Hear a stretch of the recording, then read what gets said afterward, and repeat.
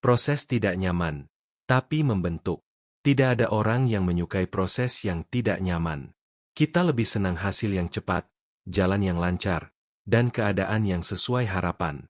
Namun dalam kehidupan iman, Tuhan sering memilih jalan yang berbeda. Ia tidak hanya tertarik pada hasil akhir, tetapi juga pada proses pembentukan hati.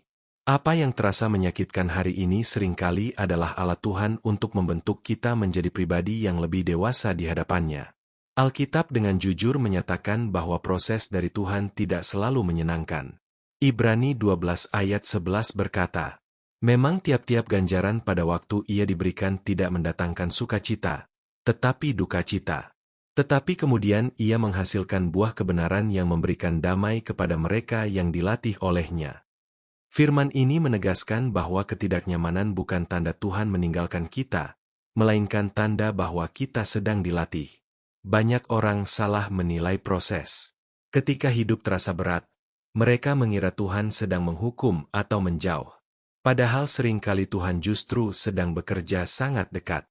Mazmur 66 ayat 10 berkata, "Sebab Engkau, ya Allah, telah menguji kami, telah memurnikan kami, seperti orang memurnikan perak." Pemurnian tidak pernah nyaman, tetapi selalu bertujuan menghasilkan sesuatu yang lebih murni dan berharga. Yusuf adalah contoh nyata seseorang yang diproses melalui jalan yang tidak nyaman. Ia dikhianati oleh saudara-saudaranya, dijual sebagai budak, difitnah, dan dipenjara. Namun semua proses itu bukan kebetulan.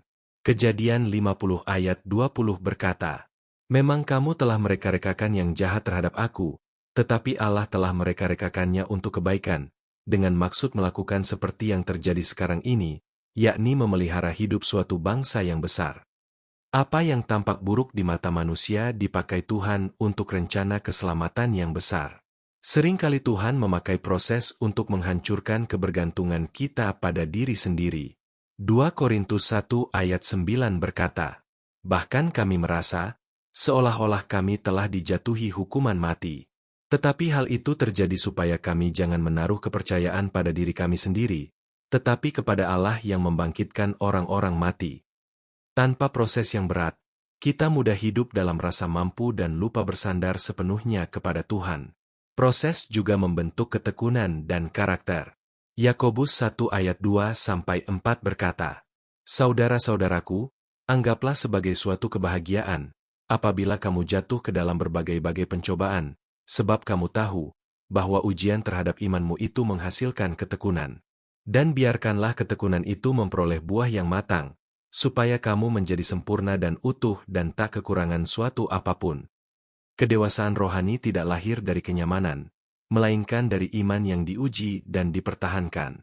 Yesus sendiri tidak luput dari proses yang menyakitkan. Ibrani 5 ayat 8 berkata, "Dan sekalipun ia adalah anak, ia telah belajar taat dari apa yang telah dideritanya." Jika anak Allah sendiri melalui penderitaan untuk menyatakan ketaatan yang sempurna, maka proses dalam hidup kita bukanlah sesuatu yang aneh atau salah. Seringkali kita ingin Tuhan segera mengakhiri proses, sementara Tuhan ingin menyempurnakan pekerjaannya. Filipi 1 ayat 6 berkata, "Akan hal ini aku yakin sepenuhnya, yaitu Ia, yang memulai pekerjaan yang baik di antara kamu, akan meneruskannya sampai pada akhirnya pada hari Kristus Yesus." Tuhan tidak pernah setengah-setengah dalam membentuk umat-Nya. Apa yang Ia mulai, pasti Ia selesaikan. Renungan ini mengingatkan kita bahwa proses yang tidak nyaman bukan tanda kegagalan, melainkan tanda pembentukan. Tuhan sedang membangun iman, memurnikan hati, dan menyiapkan kita untuk tujuan yang lebih besar daripada yang kita pahami hari ini. Jangan menyerah di tengah proses, karena tangan Tuhan sedang bekerja dengan setia. Mari berdoa. Bapa yang penuh hikmat, kami mengakui bahwa kami sering menolak proses yang tidak nyaman. Ampuni kami ketika kami bersungut-sungut dan kehilangan pengharapan. Ajari kami percaya bahwa setiap proses yang Engkau izinkan memiliki tujuan yang baik. Bentuklah hati kami, kuatkan iman kami, dan genapi kehendak-Mu melalui hidup kami. Di dalam nama Tuhan Yesus kami berdoa. Amin. Terima kasih sudah mendengarkan renungan ini. Dukung channel ini dengan like, subscribe, dan share agar semakin banyak orang diberkati oleh firman Tuhan. Tuhan memberkati.